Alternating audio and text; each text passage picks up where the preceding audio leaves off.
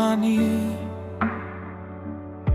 Ikala api ang akatsuy ang che Remuna bao min kalpui rau At sanchu nang mavang chao hiu Kanum hi afam kim si Kanum sui zong zong ka ting ve Pasinang ilolan at tangin alo chuan Ikut vuanin kalkadu Khau vel tao pleng pahi Vantirhkoh nau te Imit mengat chuan van ram kamu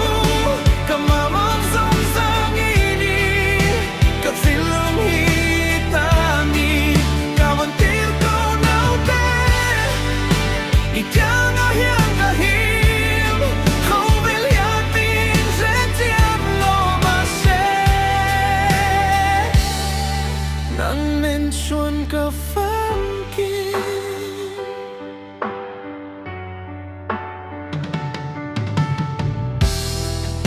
Tudang makamamalo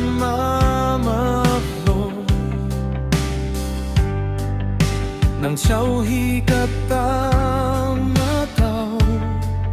Kasul zang zang mingay damla Ihmangay na inminti damra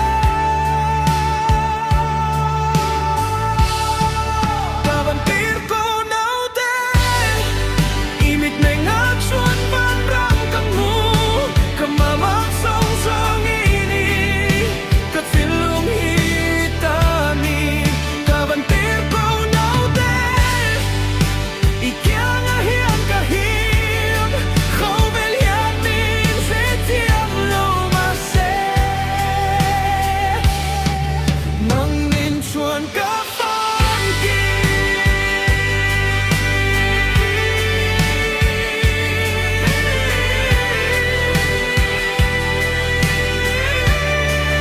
Nang nin chuan ka pham